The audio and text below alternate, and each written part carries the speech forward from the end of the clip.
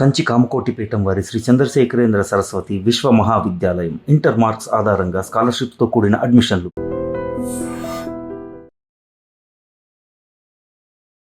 నమస్కారం, welcome to I dream. ధర్మ మార్గం విత్ విజిత కార్యక్రమానికి స్వాగతం.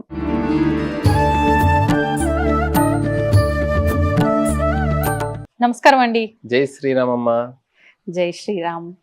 మనకి ఆషాఢ మాసం ప్రారంభం కాబోతోంది మరికొద్ది రోజుల్లో. ముఖ్యంగా ఆషాఢ మాసం అనగానే మనకు ఈ నెలలోనే ఇంకా పండుగలన్నీ కూడా ప్రారంభం అవుతాయి, చాతుర్మాస దీక్షలు ప్రారంభం అవుతాయి, ఇలా చెప్పుకుంటూ పోతే చాలా ఉన్నాయి. అసలు ఆషాఢ మాసం విశిష్టత ఏంటి, వాటన్నిటి గురించి వివరించండి.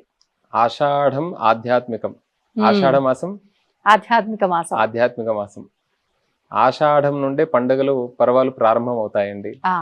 మొదటి రోజు నుండే. అవును. కవులు కూడా అసలు ఆషాఢ మాసం మీద ఒక అద్భుతమైనటువంటి అంటే మేఘాల గురించి వర్ణించారండి. ఆషాఢస్య ప్రథమ దివసే మేఘమాశ్లిష్ట సానుం వప్రక్రీడా పరిణత గజం ప్రేక్షణీయం దదర్శ. ఎంతో మేఘాలతోని కూడుకొని ఒక ప్రకృతి రమణీయత, మార్పు వస్తుంది ప్రకృతిలో, ఆనందంగా ఉంటారు అందరూ కూడా. ఆ సమయంలో వర్షాలు పడేటువంటి సమయం కదండి. అవును. ఆ సమయంలో కొంత ఆధ్యాత్మికం జోడించి ధూప దీప నివేదనలని బోనం అని చేస్తుంటారు. బోనం అంటే అమ్మవారికి భోజనం. భోజనం ప్రకృతి వికృతి పదమే బోనం అని అర్థం అన్నట్టు. అంతే. అలా ప్రతి గ్రామ దేవతను ఆరాధిస్తాడు ప్రతి గ్రామంలో. ఇంతకుముందు పూర్వం భాగ్యనగరం కూడా గ్రామంగా ఉండేటువంటిది. అంటే అది రాను రాను నగరంగా మారింది. కానీ ఇప్పటికీ కూడా ఉజ్జయిని మహాంకాళి, అదే విధంగా గోల్కొండ, ఎల్లమ్మ, ఈ విధానంగా అనేక ప్రతి చోట కూడా కట్ట దగ్గర ఉంటే చెరువు దగ్గర ఉండి చెరువు నిండుతూ ఉంటుండే కదా. అక్కడ నుండి రక్షించడానికి కట్టమైసమ్మ అని, పొల్లి మేరలో ఉండేటువంటిది పోలేరమ్మ అని ఒక రావి చెట్టు వేప చెట్టు పెట్టేసి అందరూ కూడా గ్రామ దేవతలను ఆరాధిస్తుంటారు. ఇప్పటికీ కూడా ఒక సంప్రదాయం. ఎక్కడున్నా కూడా ఎన్ని పనులలో ఉన్నా కూడా కుటుంబం అంతా కూడా అన్ని వర్ణాల వారు కూడా ఈ భోజనాన్ని బోనం పండుగ చేసుకునేటువంటి విధానం. అదే విధానంగా జగన్నాథ రథయాత్ర ఆషాఢ శుద్ధ ద్వితీయ నుండి ప్రారంభమవుతుంది. అదే విధానంగా వారాహి నవరాత్రుల నుండి ఆషాఢ మాసం మొదటి రోజు నుండే మనకు చాంద్రమాన ప్రకారంగా పూర్వాషాఢ ఉత్తరాషాఢ నక్షత్రం పౌర్ణమి రోజు ఉంటే దానికి ఆషాఢ మాసం అని పేరు మనకు తెలిసినట్లయితే అందరూ చెప్తూ ఉంటారు కామన్ గా. అది సహజ సిద్ధమైనటువంటిది. మనం కొత్తగా చెప్పుకుందాం. ఆషాఢ మాసం చాలా గొప్పనైనటువంటి జీవన విధానం. ఎవరైతే ఈ ఆషాఢ మాసంలో ఆధ్యాత్మికంగా ధార్మికంగా ఇటు ఆహార నియమాలు కూడా చెప్పారు. చాతుర్మాస్య దీక్ష అని చెప్పారు.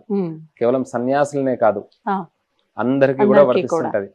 అంటే ప్రయాణం చేయకూడదని చెప్తారు సన్యాసులు. ఒకటే పీఠంలో వారు ఆ పీఠం నుండి కదలకూడదు. 4 మాసాలు పూర్వం చెప్తుండే. ఇప్పుడు కొంచెం ఆధునికం కాలం కాబట్టి 2 మాసాలు చాలా మంది చేస్తున్నారు. ఎందుకంటే ధర్మ ప్రచారం చేయాలి కదా. ఎంత చేస్తే అంత క్షేమం. సన్యాసులు, యోగులు, తపస్సంపన్నులు భూమి మీద ఎంత ఉంటే అంత మంచిది భూమికి. ఆ విధానంగా ధర్మ ప్రచారం నిమిత్తమై 2 మాసాలు. అందుకనే వై అని అన్నారు. ఆషాఢము, కార్తీకము, మాఘము, వైశాఖము చాలా విశేషమైనటువంటి మాసాలు ఆధ్యాత్మిక జీవనానికి. అలా ఆషాఢ శుద్ధ ఏకాదశి, తొలి ఏకాదశి, శయన ఏకాదశి అంటారు. దానినే స్వామివారు నిద్రిస్తున్నారు అంటారు కదా. నిద్ర కాదండి, అది యోగ నిద్ర అని అంటారు అన్నట్టు. స్వామివారు యోగ నిద్రలోకి వెళ్తారు కాబట్టి అందరూ కూడా మెలకువగా ఉండి భగవంతుణ్ణి ధ్యానం చేయాలి అని చెప్పారన్నట్టు. అందుకనే ఉపవాస దీక్ష అనేటువంటిది కూడా ఆ రోజు నియమం అనేటువంటిది ఉంది. ప్రధానమైనటువంటిది గురు పౌర్ణమి, వ్యాస పౌర్ణమి. ఆ రోజు ఆచరించవలసినటువంటి విధానం ఏమిటి అంటే వ్యాస భగవానుని అందరూ కూడా ఆరాధించాలి. లౌకిక జీవనంలో ఇది కూడా ఎక్కడా మనం విమర్శ చేయకూడదు. ఇది కూడా సహజ సిద్ధంగా గురువు అంటే ఉపాధ్యాయులు కూడా గురువులే వస్తారు కదా. లౌకికంగా విద్యార్థులకు ఒక మంచి సంప్రదాయం కూడా గురువుల్ని పూజించే విధానం. అలా వేద పాఠశాలలో అంతటా కూడా వేదం ఏవైతే పుస్తకాలు ఉన్నాయో ఋగ్వేదం, యజుర్వేదం, అధర్వవేదం, సామవేదం, అలా వ్యాస భగవానుడికి నమస్కారం చేసి గురు పూజా మహోత్సవం అనేటువంటిది చేసుకుంటూ ఉంటారు. అలా గొప్పనైనటువంటిది ఈ ఆషాఢ మాసం.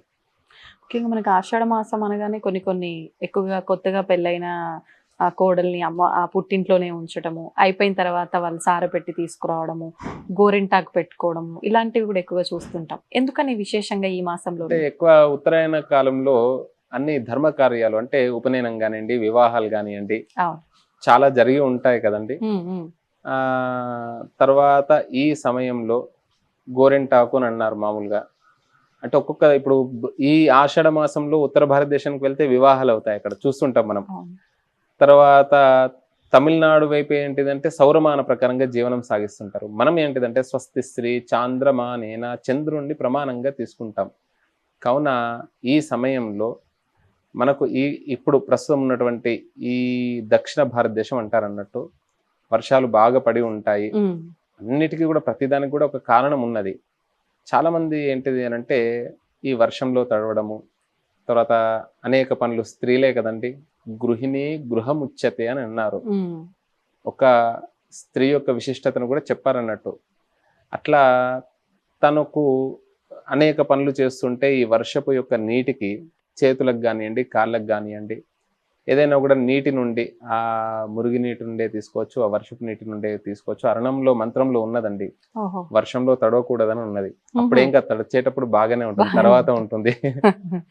కావున అరణ మంత్రాలు ప్రతిదీ కూడా వేదం ప్రమాణం అండి.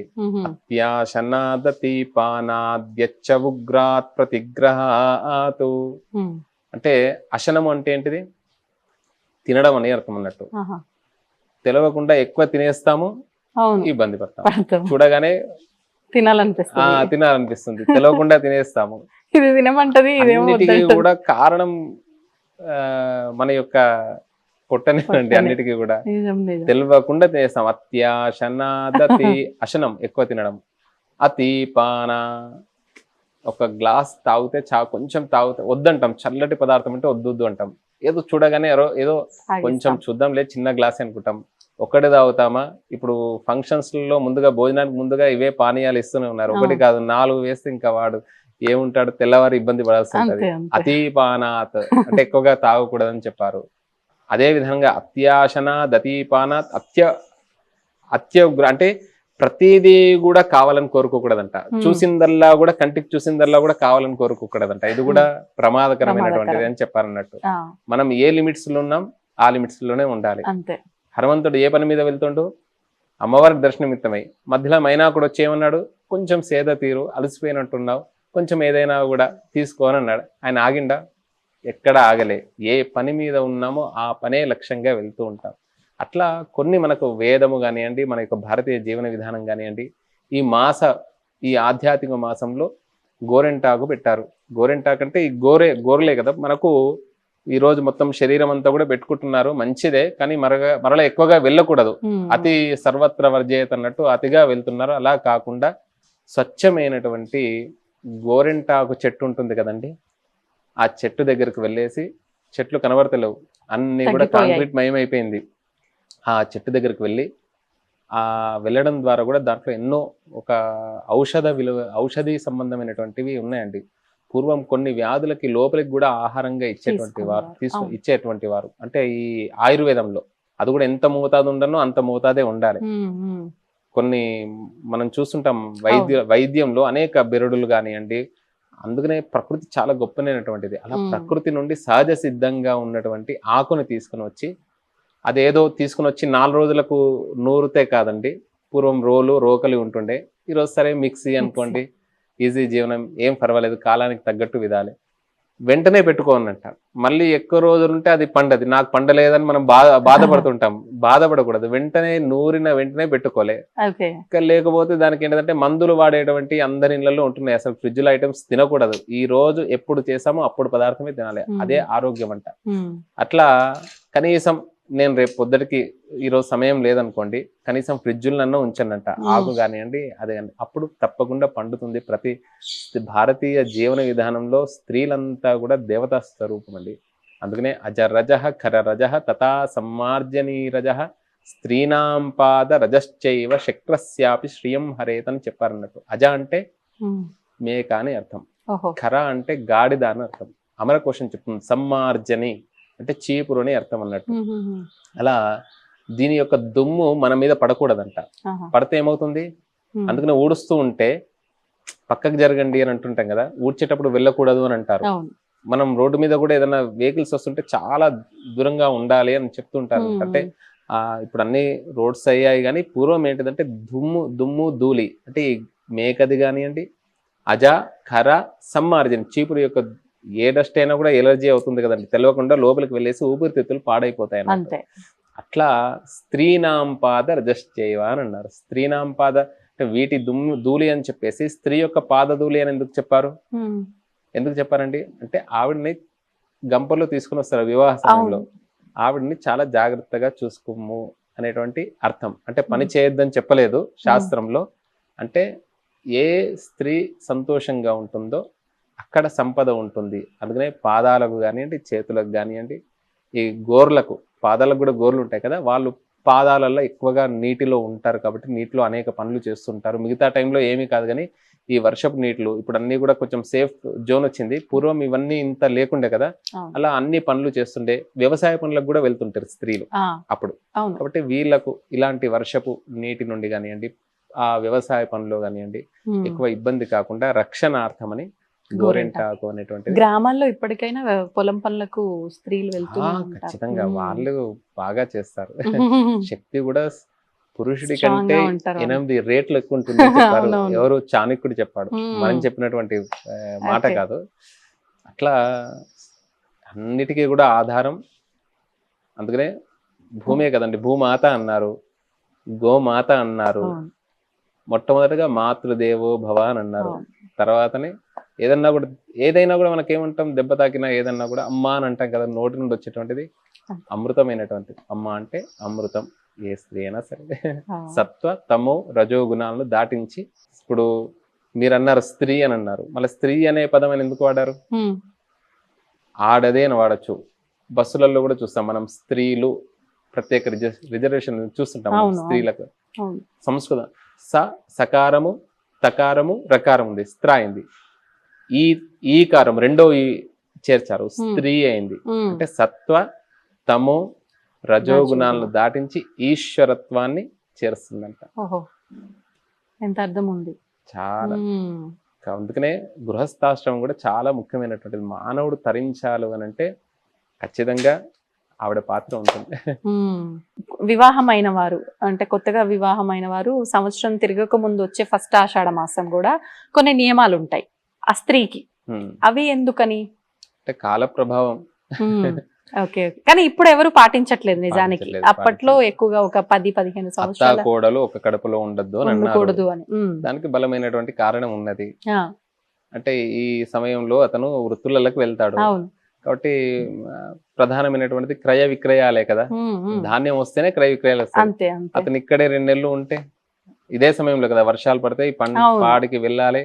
అట్లా పూర్వం ఈ నియమాలు అన్నట్టు. ఇప్పుడు ఉద్యోగము, వ్యాపారము, వ్యవహారము, ఇంట్లో కూర్చుంటే కొండలైనా కూడా కరిగిపోతూ ఉంటాయి. అట్లా బలమైనటువంటి కారణాలు ఉన్నాయి.